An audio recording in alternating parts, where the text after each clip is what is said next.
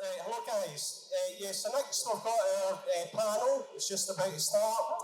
I'll be covering getting into the games industry. We've got some great industry guests here. Nick Dixon and Imre Yeli will be hosting this session. So over to you, Nick and Imre.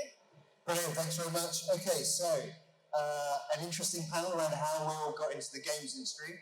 So I'll do some brief introductions first. I've got B, Sean Ray, a senior HR business partner at PlayStation in the London studio, part of the leadership team responsible for overseeing the people strategy for the London studio, keeps them engaged, motivated, and how to get the best out of all of the key individuals there. Works closely with the studio heads and the directors to build, live, and promote an exceptional work environment. Very important these days, very, very important. So over a decade, Beat's career has seen drive HR practices alongside business leaders at BMG, driving forward policies and implementing training for Mingo, Alfred Dunhill, Cam Lowndes, and through this experience, Beat has developed an approach to HR that isn't just a one-way service to PlayStation London studio. All right, marvellous. So we've got Joe Burridge from Epic Games. Joe spent 10 years recruiting for the tech and games industry, working with startups to big brands. Currently a senior recruiter at Epic Games, where he focuses on hiring for their games teams, which includes Fortnite, Rocket League, and Fall Guys. I've heard of those. I've heard of those games. And technology teams for Unreal Engine and Epic Online Services. And before that, Joe worked at Electronic Arts, where he helped build teams that develop games such as Need for Speed, FIFA, and Battlefield. And very active on social as well, with 100,000 plus followers on YouTube, LinkedIn, Twitter, and Instagram. Okay, and we've got an email address, so there's some questions if you need to ask Joe some information later. We've got Max from Splash Damage, who's senior brand manager, overseeing all external communications at the studio. That's not an easy job. That's not an easy job these days, is it? In his 5 years at Splash, he's taken on social media management, content community management, PR, and now manages a small team across all those areas. And before that was working at PR agency Taylor Herring for clients like Audible, BBC, Samsung, and Paddy Power, and graduated from Exeter University. Where? I don't know where that is.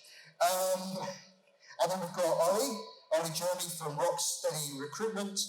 Worked for Warner Brothers Games, of course, currently doing a lot of work with Rocksteady in London, working in a recruitment team specialising in art and design roles, and been in the gaming industry for nearly a year. Finding a job in gaming and making it your career has been the greatest opportunity you have taken. These are your own words, but amazing games coming out of that studio to add to their pedigree. Is that it? Have I got everybody? Okay, the last bit's a bit better. Okay. Work with the team from 3D artists, animators, designers, and everything in between. Who could be a great fit for the open positions, try and make sure Warner Brothers Games has a great talent pool that we can tap into for upcoming projects and requirements. Right, fantastic. Thanks, everybody. Okay, so I'm going to hand the mic. I'd like to, first of all, find out how you got into the games industry, and I'm going to pass the mic. No, you've got a mic. So how did you get into the games industry? What was your journey into your first games role? Hi everyone, hi.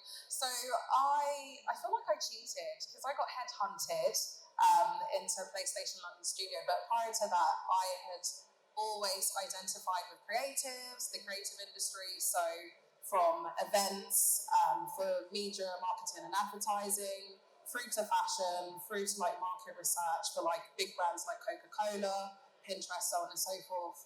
Then to a record label, and then I landed my role at PlayStation London Studio, which has been incredible. And to be honest, it's exactly what I expected it to be. People who are passionate about what they do, people who are incredibly talented and have brilliant minds, and who just have such a passion and love for making the best games and putting that out there in the world. So yeah, an honour and a privilege. All right, let's go outside in. So I'm going to push the mic to the end. Cool.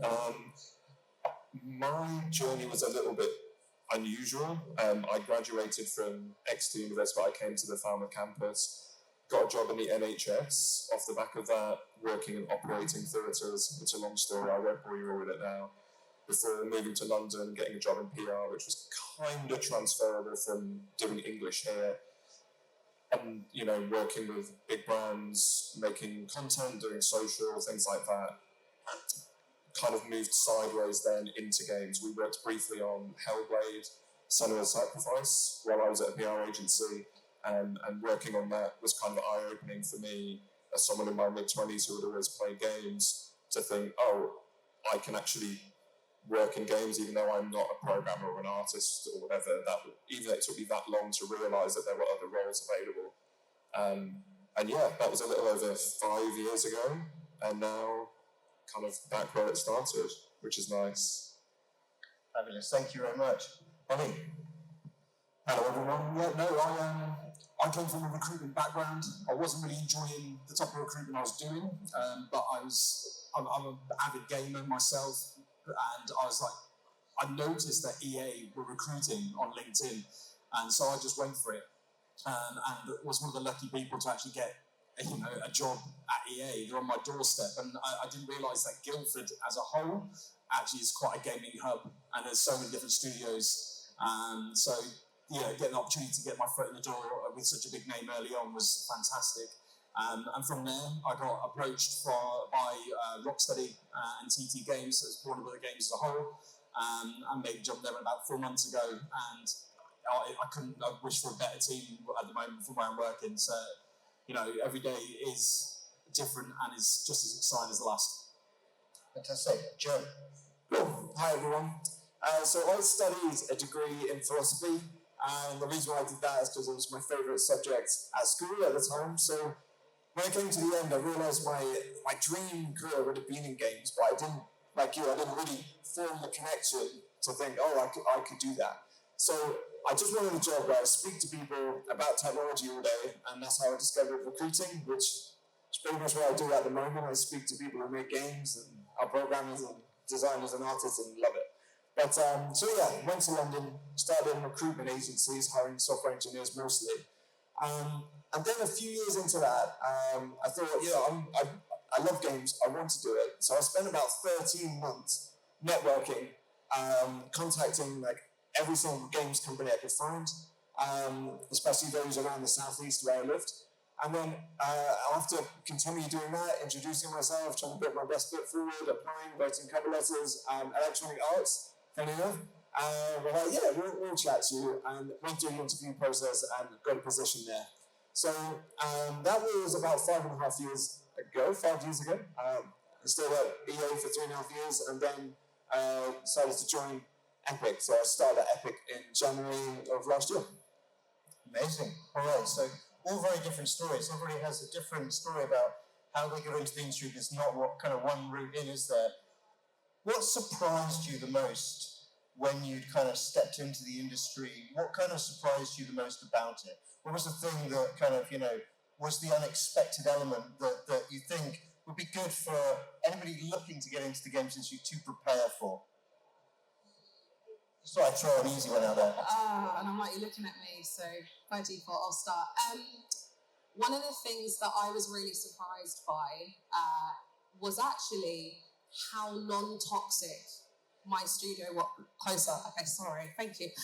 Is how non-toxic my studio was and is, and the type of values that they have about being balanced, brave, curious, inclusive, team-spirited, really spoke to the type of culture that I wanted to work in. There's definitely loads of creatives really kind of working together in such a collaborative manner.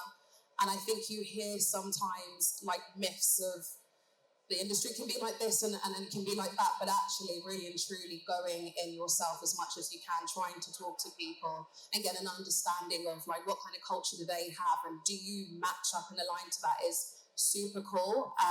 Their love for trying to do outreach programs, reaching out to students, reaching out to people that can't afford universities, looking at how we can improve diversity in our game is at the core of what we do in PlayStation Studio. I mean, yes, I get to help with some of that stuff, but it's really easy because I have people that have their mindset and their hearts in the right place and are willing to educate themselves and make sure that we create a studio that's welcoming to anybody and everyone. You just don't always get that, not always in the creative industries, and they mean what they say. So for me, the biggest surprise has been how incredible the people are. Like, I'm not just saying that, yes, they pay me, but I'm not just saying that. They are incredible, incredible individuals. And I think just how well people know their, sorry, I know I'm not allowed to swear, but their shit. People know their shit. Like, you cannot bullshit a programmer who knows exactly what they're doing. You can't bullshit an artist who has this amazing creative eye. Like, they know what's good and what good looks like, and they continuously push themselves. So, yeah, those are the things that, I know it's a very HR answer, isn't it? But the things that surprise me are the people and how genuinely good they are at being people and at their craft as well. Thank you, B. Max. Yeah, I think it was the people that surprised me the most. Coming from working with sports brands and betting brands and big tech brands, I was like, games is going to be a little bit like that. You know, I imagine everyone here is really clued in the industry, and you do read some horror stories in the news about certain studios or publishers or whatever. So I was hesitant as well going in, thinking, oh, you know, what are the people going to be like?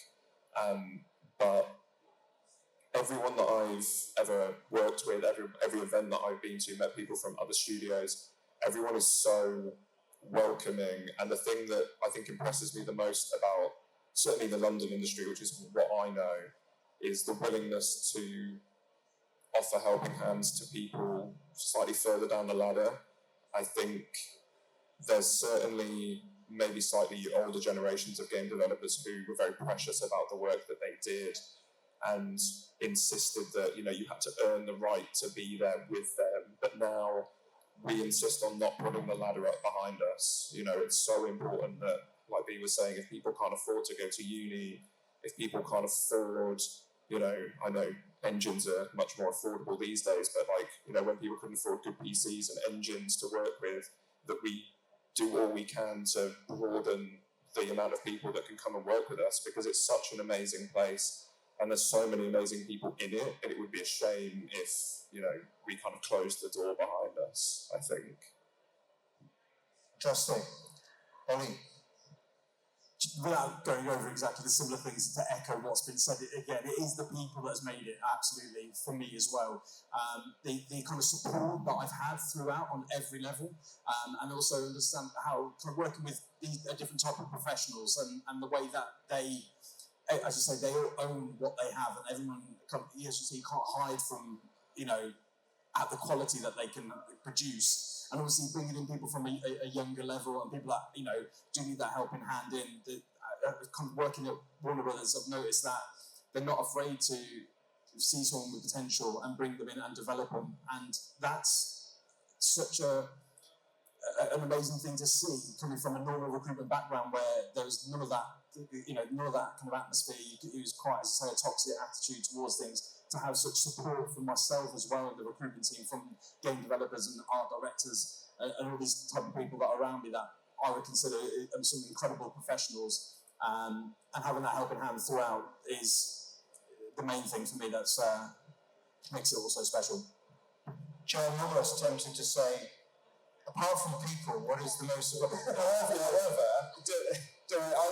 actually had two answers, and yeah, sure, people are great, but yeah. So I was always the gamer of my family growing up.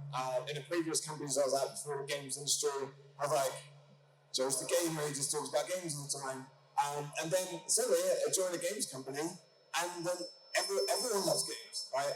And I never take for granted how satisfying it is to bring what I love to do in my spare time and what I'm really interested in into my day-to-day work.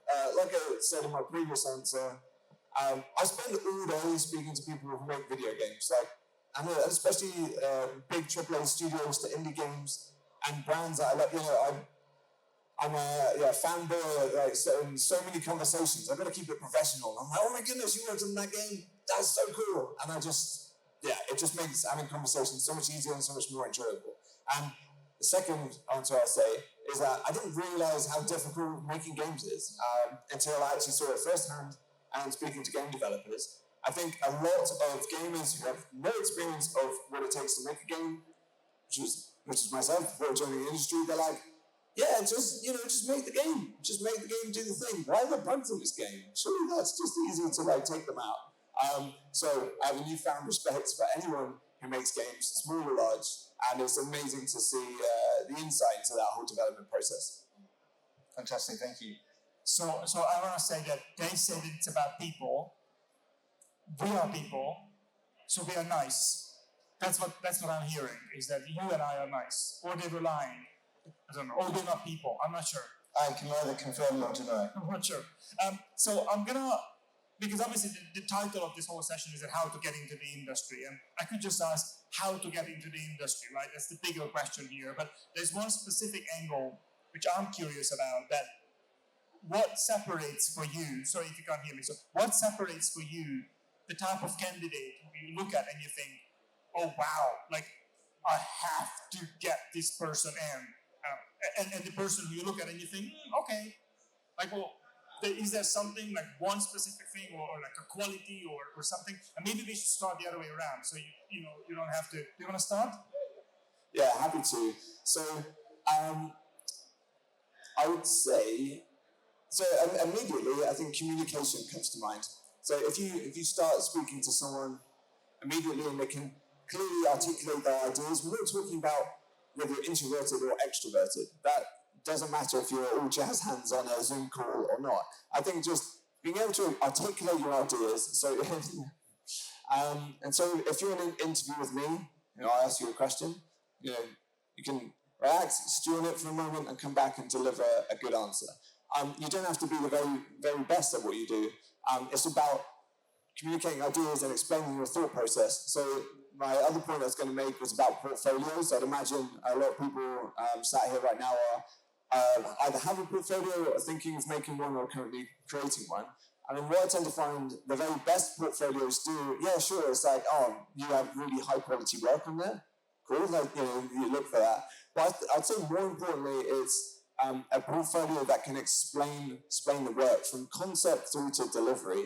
These are the portfolios and the candidates that we tend to really focus on.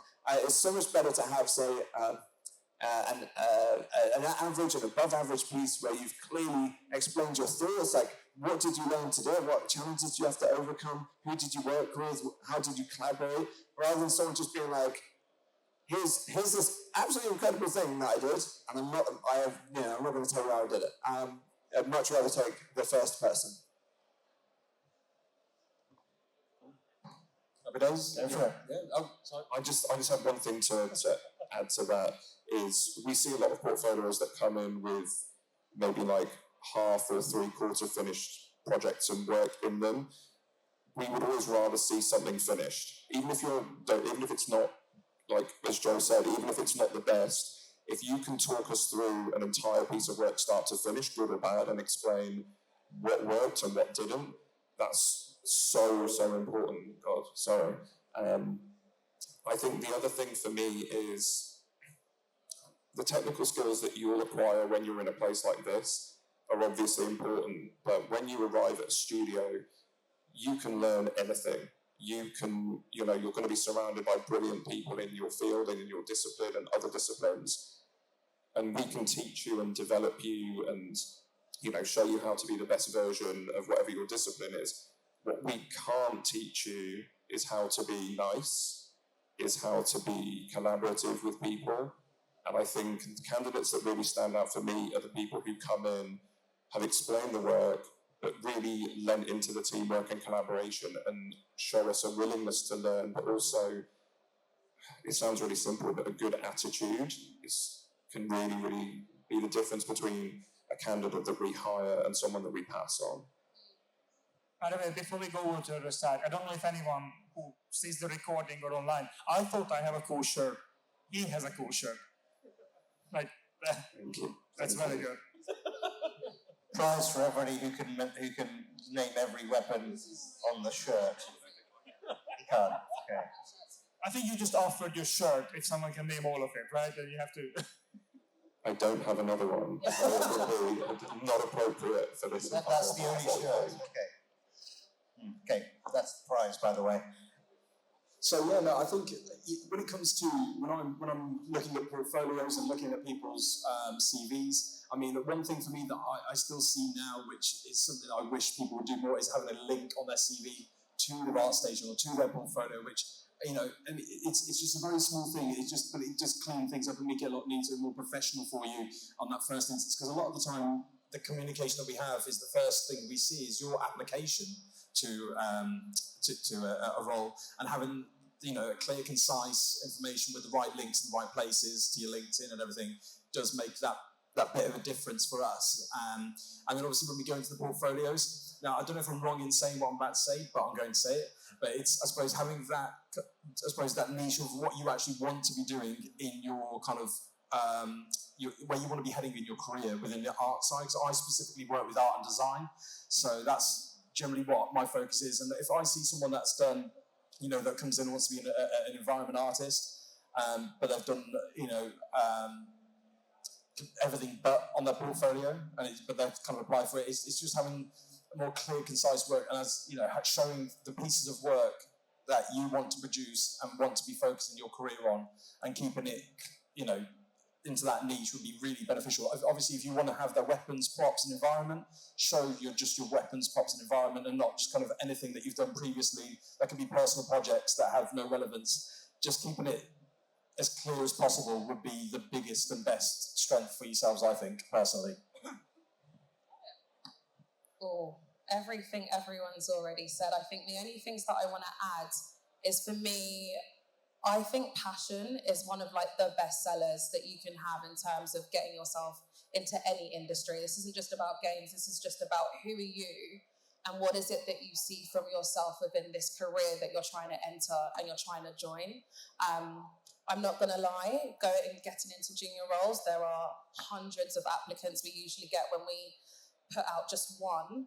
However, for me, I think what I've always said to like my line managers is people don't need to be perfect. So we're not looking for perfection by any means. We're looking for someone that can really speak to like why they've done what they've done, how they would do that, what they would do in the future, so on and so forth. And whether that's taking us through your portfolios or simply just answering questions, really try and think about like, why are you here? What's your purpose? What are you getting from that? Those are the things that like we like to see. Definitely someone who's done a bit of research. I cannot shit you enough. You need to do research on companies. So try and look for stuff like their values.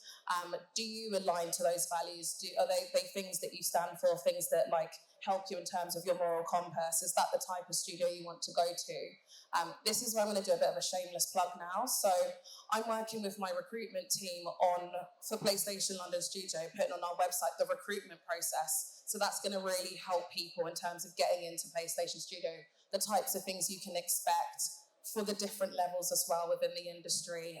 And then there's also going to be a lot of stuff from our dev team in terms of these are the coding languages you might need, or as if you're a designer, these are the things you might want to be thinking about to really actually help meet people where they are.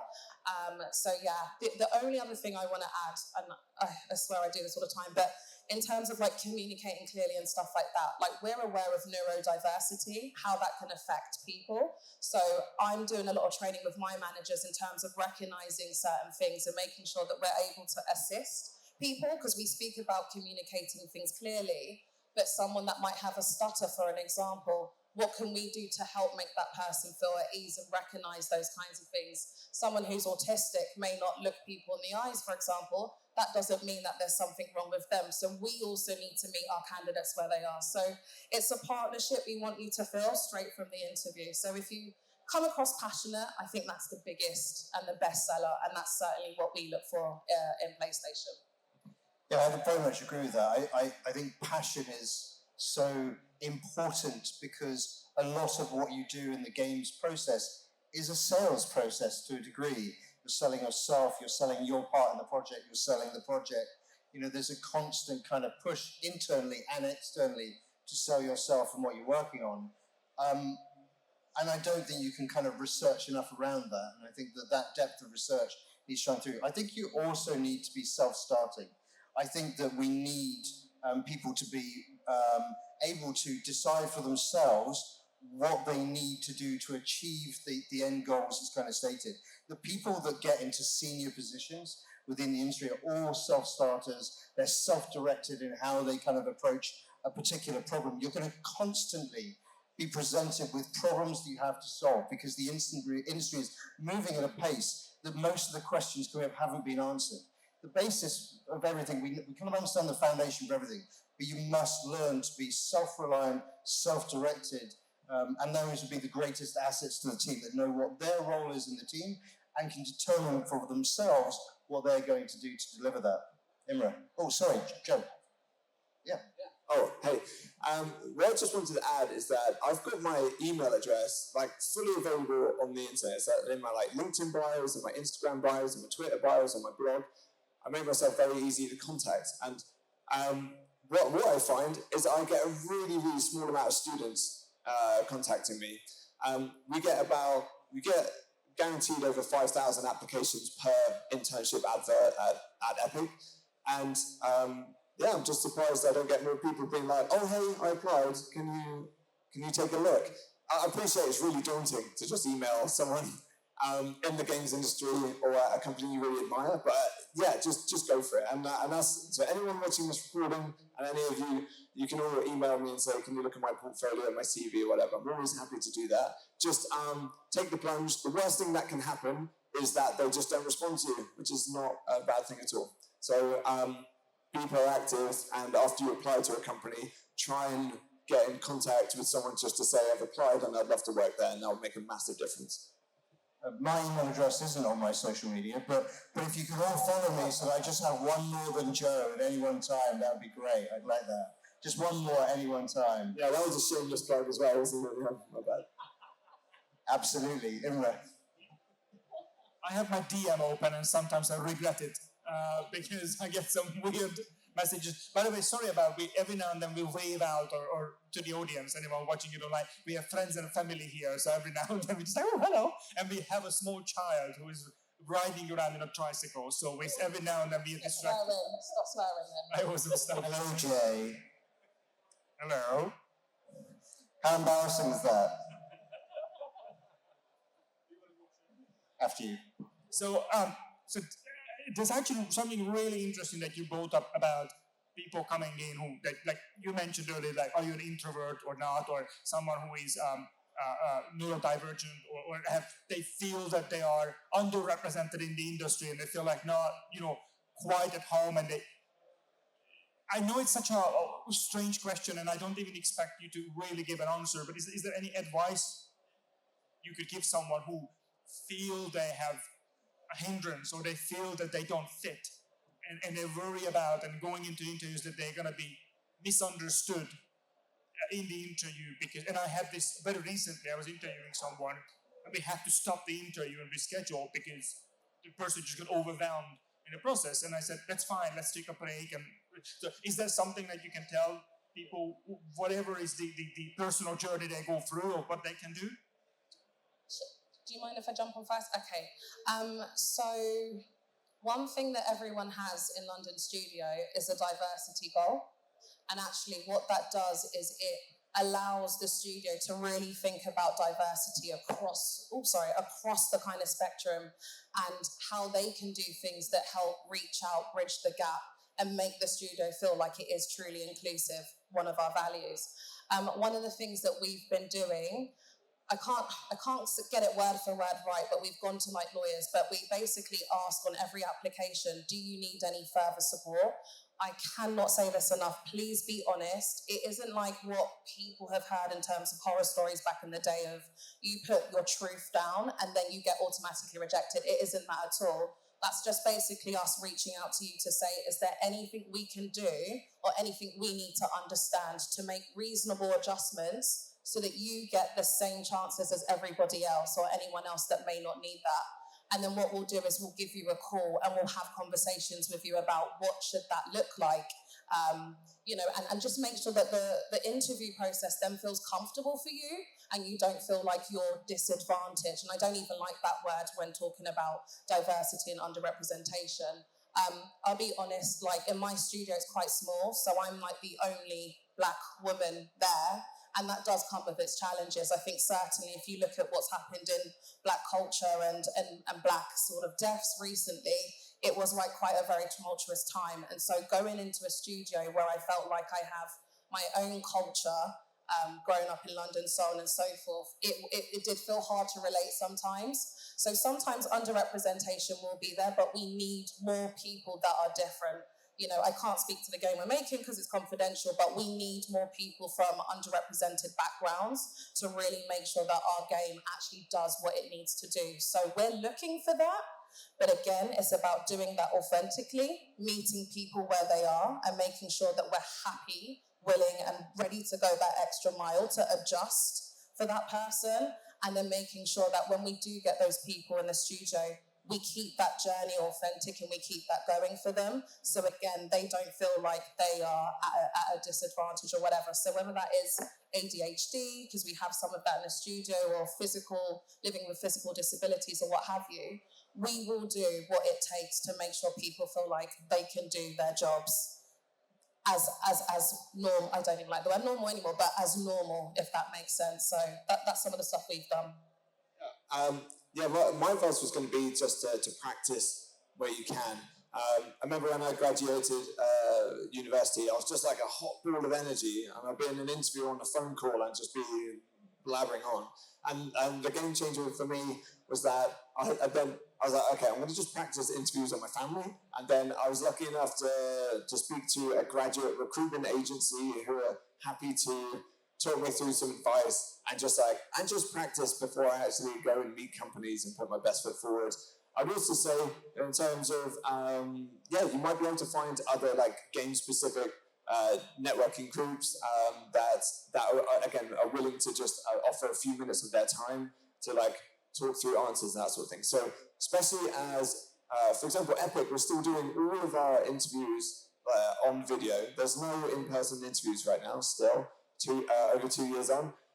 And so practicing as well on video, just dial someone, maybe as a friend you're currently on a course with, come up with some questions you think might come up in that interview and just practice your answers, talk them through, and just make yourself a bit more confident, because we all know interviews are scary. Interviews don't really get less scary as you go through your career, but if you are prepared, you can definitely reduce that anxiety. I mean, specifically with Rocksteady, I mean, we have a lot of training within that diverse and inclusivity, the inclusion kind of side of things, and we do put a lot of time and effort into a whole studio having a call across the board to talk about, how we can maybe manage ourselves better, how we communicate with people better, how we can, when we have our job adverts going out on LinkedIn and wherever it may be, changing the wording so it does be more inviting, and obviously these things, do make a difference, and it has made a difference for us as a company. We have seen people from all over different backgrounds and cultures, ethnicities, whatever, the list is endless, approaching us. And I mean, us as a studio, it is very much at the forefront. I think, again, having that kind of confidence and having that first initial step to reach out to us, as Joe said previously, pinging a message to a recruiter or someone in the company, someone that may be in the same line of work as you, is something that we welcome. And I do recommend that you do that. So that's as much advice I can offer at this stage, if I'm honest.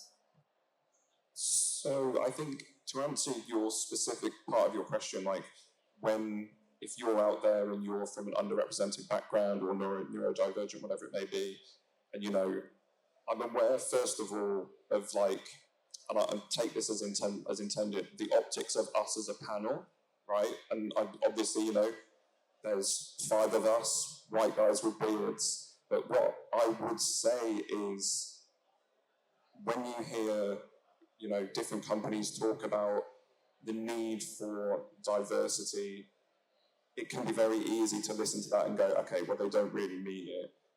But, when we were talking at the start about the people in the industry, they really, really do. And one of the challenges that the industry has is it doesn't really understand how to come and reach you. So B was saying, we do a lot of work across the industry on, making sure our language is inclusive, making sure that we're offering people what they need. but there is still a lot more that needs to be done. And what's really great is as I look around this room, it looks a whole lot more diverse than when you go to, certainly, when I first joined my studio. And I think the piece of advice that I would give if you are worried about your representation in a big company, no matter what that representation is there are people in that studio who are desperate for you to be there. There are people in that studio already who have the same background as you, even if it's not always apparent, when you look at panels, when you look at recruitment videos and things like that.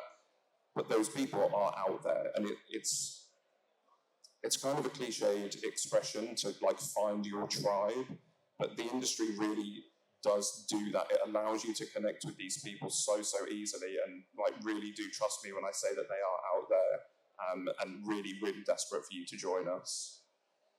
Just to finish this up, I want to echo that you said two things. One is that how desperate, maybe is the wrong word, how much they want you on board. The recruiting manager is on your side. They want you to succeed. They're not there to fail you. That's their job. They wouldn't be called recruitment. They would be, send away managers. They literally, they succeed at their job if they hire a person. It's their success is your success. So they're successful if you are. So, and often I know that people come into a job interview and they feel like it's an antagonistic relationship. It isn't. But literally their success is that if you get the job. So just going with that. And the other thing is about representation, that just remember, I know that there are some horror stories going around, and there's a lot of growing up we have to do as an industry, absolutely, no question about that. And also there are stories about checkbox exercises where you feel like, well, and I heard it from someone, as a mate of mine, that, was I hired because I take those? There is that fear as well, I get it. But I cannot stress enough that me talking to, I'm a creative director, and talking to others, a lot of people agree that it's functionally necessary to have a diverse team. This is not some mission statement or a PR exercise. I know that for me to be able to reach a big audience and a diverse audience, I need a diverse team to do that. So in a very cynical way, they need that diversity. So don't feel like you have a special edge which others might not. At least that's how I see this. But there's a need, isn't there, because whilst it is improving and needs to get a lot better, it's still, how do we reach into those communities at school age or earlier to provide the channels and corridors by which they can access an industry and become aware of an industry? How can we improve that? What can we as companies do to improve how we engage within communities or within particular areas to get those valuable skill sets and to increase the necessary diversity within the studio? So I'm going to shout out a studio that isn't mine. Creative Assembly, I think, is one of the best studios in the country for a number of reasons. And I think one of the things that they do incredibly well is CSR, which is kind of corporate social relations. They have a program, I'm sure if any of them see this, I'm sorry, it's probably not called this. I think it's called the Legacy Project. So they work with the Prince's Trust, they work with loads of charities, they do so much outreach, and it's an official company studio funded program that developers can kind of volunteer into, and they get training and things like that. And really that's the way to do it. It has to be a concerted effort from the industry, from the individual companies within it, because I'm sure all of us at the size of the companies that we are, you have employee resource groups, you have employee-led things, but there's a ceiling to how far that can go without buy-in at a budgetary level, at a company level, at a C-suite level. So I think the main thing that we have to do really as a studio is slow down, because I know that there's a big hiring push and there's so many roles available right now, but really look at the start of that funnel, which is, as you said, it's school age. How do you convince parents that this is a real job, which is something that we do see quite a lot. Parents see their kids playing games and think it's a waste of time, and it's kind of challenging those biases early informing kids, informing parents, and then committing the time, the effort, the resource to go out to these people and provide a pathway for them. I'm going to get in trouble for announcing this, but I'm going to do it anyway, F it. See how I switched up on swearing. So we are going to be releasing an internship program, which I'm super, super excited for. So my team are working on that and are building that up now. And there's also going to be some more outreach stuff that's going to come. So as I kind of spoke about it before, we want on our website to be almost like a beacon and a hub of tools that people trying to enter the industry can sort of look at and understand from the best in the industry, whether it's like little videos or clips of their advice and their journeys and so on and so forth that kind of like speak into the audiences that we want. Part of the outreach program that Madeline Frush from the studio, what she's trying to do is actually start to connect up with unis and colleges now and understanding from a syllabus point of view. Say I sent in a few developers to be guest lecturers, what is it that people want to hear? So that connects you back into the studio straight away.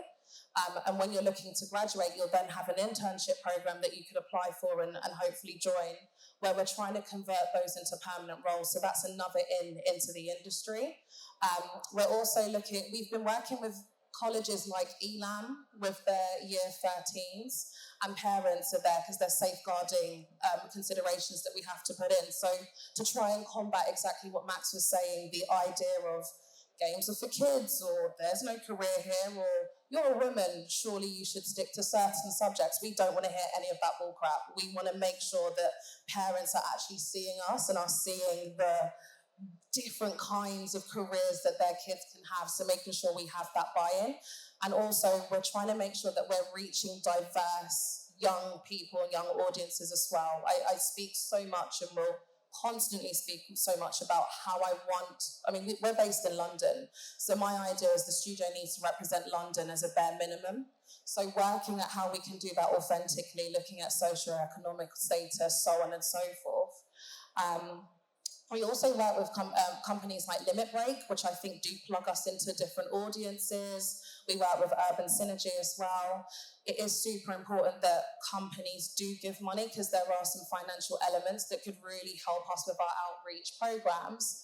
And I think we have the benefit of benefiting from PlayStation as well. So I've got a lot of money, as you all may know. And that helps us because we're a studio of about 80 so people. There's only so much that we can do, but we've got plans of growth, which means our outreach is going to grow, our internship programs are going to grow, everything we're doing to try and find people where they are, all of that energy and attention is going to grow. So it's for us, it's to watch this space because there's so much that we know we can do in this sphere. The only thing I'm going to say is one thing that has been a bit of like a sort of a black hole for us is what do students want to see? So is it that you want us turning up to your university and your career fairs? Is it that you want open days in the studio? What would be beneficial for you? So when we're building these outreach programs, they actually land. The last thing we want to do is put all of this effort and energy into a black hole and it's like, it's not reaching people. So add me on LinkedIn or something like that. I'll do what Max and Joe do. So add me on LinkedIn and let me know what you want to see and I can make sure that that's built in so it lands well and it reaches you all. So yeah, there's loads we can do and so much. I was just going to take a bit of a different perspective on this and just come from a product or the games perspective. So Epic Games talk a lot about democratizing the art form, and as technology becomes more easily available and games industry, like I said, for parents and schools becomes more accessible, we're going to see so much more influx, which is needed because the games industry is bigger than the film industry and the music industry combined. So when Epic talks about democratizing the art form, so something like Unreal Engine, which I'm hoping some of you are using, is entirely free, and so is Epic Online Services, and so is a suite of our services. So the idea that the next big game, the next big film could come from one person in their bedroom or a small team of people spread out across the world. A lot of the people that I speak to that have been in the industry for a while, I say, okay, how did you get into making games? They're like, well, I started off modding this particular game, or I started off like building levels in Minecraft, or if I speak to kids now, they're like, oh yeah, I'm making games in Super Mario Maker or Fortnite Creative, which is obviously the best one. So when we think about our products from a diversity and inclusion perspective, we also think about accessibility, as in how many people can access this? That's why we make our games free. That's why we make our technology free. And I think we're seeing more and more games companies do that, which is definitely at the benefit of people just being able to understand the industry and learn those skills. So one last thing I'll say is that recently we launched a website called epicgames.com/students, and there's a whole bunch of stuff for students on there that might be useful.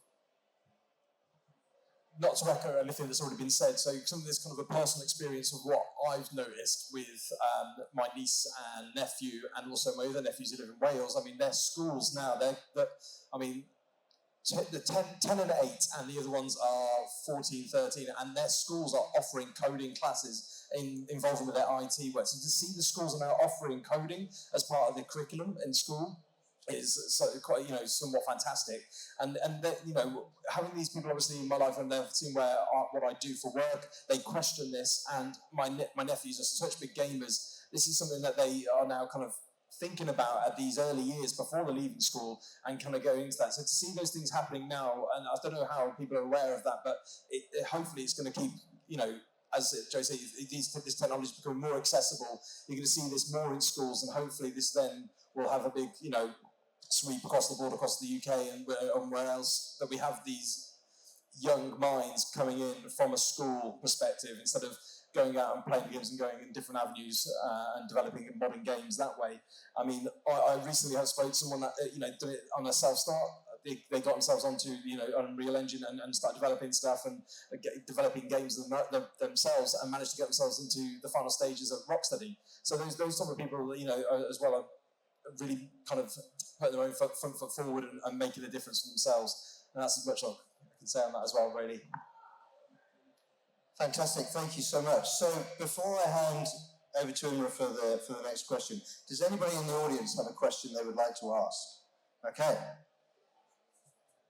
I thought I'd come down and spread some COVID in our own little petri dish. There you go.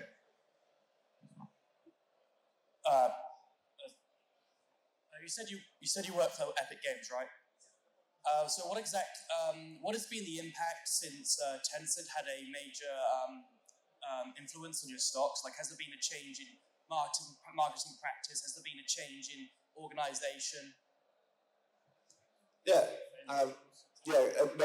So your question was, since Tencent invested in Epic Games, have I noticed any changes? So I can't speak too well about that, but from my experience, I've been at Epic for about 18 months, and we've actually, even since I've joined, we've had about $3.5 billion of investment, which is pretty considerable. And what that money allows us to do, which one of the key reasons I joined Epic, is that you can really see that they are investing in their people.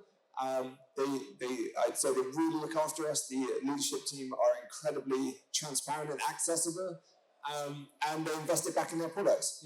Without that funding, we might not have been able to make some of our products free. We might not be able to give away all of those lovely games on the Epic Games Store, for example. So what you find with funding is that it just fuels Epic's ability to achieve what it always wants to do. That's my answer. Okay, any other questions? Yeah. Mostly just what platform do recruitment agencies or like people like yourself look at? As in other careers, LinkedIn is the place to be. But is it LinkedIn, Twitter, or where do you look at to see people's potential? I mean, me specifically, I've art and design, ArtStation, Behance, and Twitter. They're my main three. Twitter seems to be quite fruitful for a lot of artists, so I'd recommend them.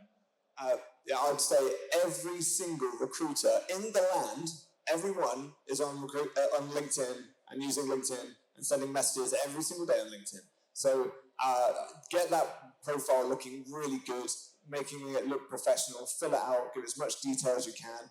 Most LinkedIn searches are based on keyword searches. So that's why it's really important to fill out all your profile so that someone like me can type in Unreal Engine student. Oh, great, here's one. So that's great. And yeah, definitely. And then making the most of these other websites for portfolios. So it doesn't matter if you have your own bespoke website for your portfolio. That's the ideal. Or you could use ArtStation, for example. I'm really proactive on Twitter, and so is a ton of the games industry. So when we talk about networking in games, it can sound quite daunting. Like, what? Just go up to some person and say hello? That sounds weird. Or you could go onto Twitter, start seeing some of the conversations that are happening, and just respond and get involved, ask questions. Especially if someone, a game dev tweets about something, and you respond with a good question, they'll respond to you, and then if you do that enough, your name comes up, keeps in mind, and that is networking. I actually have nothing to add. I liked that. Okay, other questions? Yeah. I was just curious to know the effect of work from home culture and blended working. Could I expect to get a job and work from home in rural Cornwall? I've already got the microphone. You could actually. So we're trialing out hybrid at the moment at PlayStation. So not just the studio, PlayStation as a whole. And we're finding that it doesn't decrease productivity. It doesn't decrease the ability to learn and to grow. So those things I think have been in check. We do like to have touch points though with the team. We call it moments that matter. And that's to keep fueling creativity, to keep collaborating quite quickly and in sync, to have just touch points and beats. So also you feel like you're part of something, part of a purpose, a team, a studio, a game, a project, what have you. So yeah, we hybrid working has been really good for us. I think one thing that a lot of companies haven't quite got the knack of is if you went from the traditional style of 5 days in a week and your culture was built on that bedrock, how does that translate into hybrid? And so that's something that we're actively, consciously thinking about, especially for people that enter in. With hybrid as well, one thing I will say is we're looking at our managers as well. So in terms of how you foster that relationship, how you build rapport with your new starters, particularly people that are junior, making sure that they're putting in the effort and making sure that the teams feel included. So yeah, when I say hybrid, I think about everything from the emotions that are rolled into it, the training that you'll get with it, what day-to-day looks like, your setup, your situation. I think about it from a very holistic picture, but it works. I'd like to just add to that I live up in Ponsanooth and I work in Ubisoft, so I work 2 weeks in Ponsanooth and then I work in Leamington, and then I spend once a month in Newcastle for Ubisoft. So it is very possible. Sorry. Yeah, I just wanted to echo something that B said, really, productivity we saw was exactly the same. I think that was the biggest fear, that people were going to be at home, the internet was going to be rubbish, their setup was going to be bad, because they wouldn't have the kind of social pressure around them to be working. People were afraid that people would just slack off, but they don't. People love the work that they do. The biggest challenge, again, B alluded to it, is culture and interpersonal relationships. How do you, if someone's having a bad day in the office, they come in and they're not happy. But if someone's having a bad day and your only touch point with them is a stand-up first thing in the morning on a Teams call, and maybe they don't have their camera on that day, how do you make sure that your team is well? How do you make sure that people are happy and having a good time? And I think as we move to hybrid, some studios are going to be fully remote. There's so much work being done by, HR teams to ensure that we're building processes to allow people to reach out and say, you know what, I'm not okay today. I need additional support, whatever it may be. That's been the biggest challenge, for sure. I work for Epic from rural Devon. So there you go. Great question, because the first question I'm often asked these days is, what is Epic's approach to remote working and policy? And Epic's approach is work in whatever way makes you happy and productive. We haven't set any thing there. I speak to some people and it's like, I want a mix. Some people are like, I want fully remote, and some people are like, I really need to be in the office 5 days when they open up again. So yeah, try and identify early on what companies do that and work in a style that's best for you. I'd also say really acknowledge what you are going to gain and what you're going to lose by, say, working remotely. I fully, when I moved to going remote, I knew that I'd be sacrificing the in-person relationships, the things that you get just by walking down the hallway and bumping into someone, at the sacrifice of work-life balance, spend more time with my family. I jokingly say to my team, I was like, well, if I had the choice between like living close to my family and friends and living close to you, I'm going to choose my family and friends. But love you guys on my team nonetheless.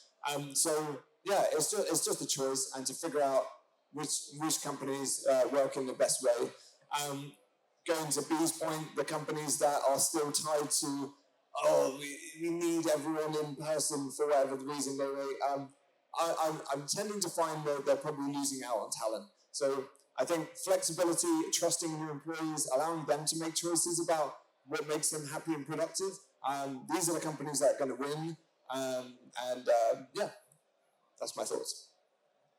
It's interesting because we got together recently, and it was kind of the first time in a couple of years that everybody in the narrative department got together. It was highly rewarding, highly energized. So making sure you have those special moments. The only thing you need to be careful of when you're hybrid working is you miss those conversations where you're just running around the studio and you find something that is slightly amiss with, have they kind of gone off in a slightly wrong direction thing. So you still need to try and encapsulate it. But even now we hang out in one channel, throughout the day to kind of replicate that working environment.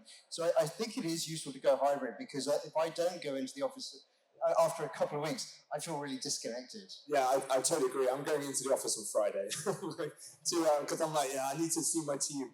I think for me personally, I'd love to be in once a week or once every 2 weeks to get that energy and meet with the team. One thing I'd say to all of you as well, I think a really big impact on this remote working has been on those entering into their careers or entering into the industry. There's so much on you to be proactive with your communication on Slack, on video calls and things like that. Whereas if you were literally sat right next to the person who's mentoring and teaching you, you could learn a lot quicker. So I just bear that in mind. So something which I'm very glad that this question came up, something that you have to be really cautious, because I'm hearing people to be militant about one side or the other. It's not one size fits all, right? You have to respect that the person sitting next to you, or one company over the other, they have different preferences. If a company says that we believe it has to be all in the same room and it has to be, you have to respect that's what they believe in. You might find that some people prefer it. In Bossa Studios, our office, we had people who were desperate to go back, and people who were like, please don't make me ever go back again. And so just respect that everyone is different. And just one advice I may give is that don't go in the direction of just comfort, right? Sometimes certain things has to be comfortable to be the best. And so, and the extra effort that was mentioned, and I'm not just talking about that you have to make the effort to go in, but just the extra work you have to put in to overcome those missing bits of those personal connections and your networking and all that. I don't think that my career would have had the trajectory it had if I didn't spend time with people and I didn't learn and I didn't look over the shoulders of more talented people and thinking, fuck, they are so much better than I am, right? And just don't underestimate it. And you have to put in the extra mile the same way as your employer has to put in the extra mile. So just be mindful of that. Now, I think we're literally running out of time. So I'd like to thank all of our panelists. It was fantastic. I do hope they have a little bit more time to go around, and maybe you can, capture them on the show floor. And just for anyone who is watching online and did not come in, I just strongly recommend you come in, because this is a world-class trade show. Like, it just looks, everything is great, a lot of good games, a lot of good people. So if you can, please do come in, and you might have a chance to meet these fantastic people in person and ask them questions. So thank you very much again. It was a great panel. Thank you. Thanks very much. Thanks, B, Joe, Max, Nolly.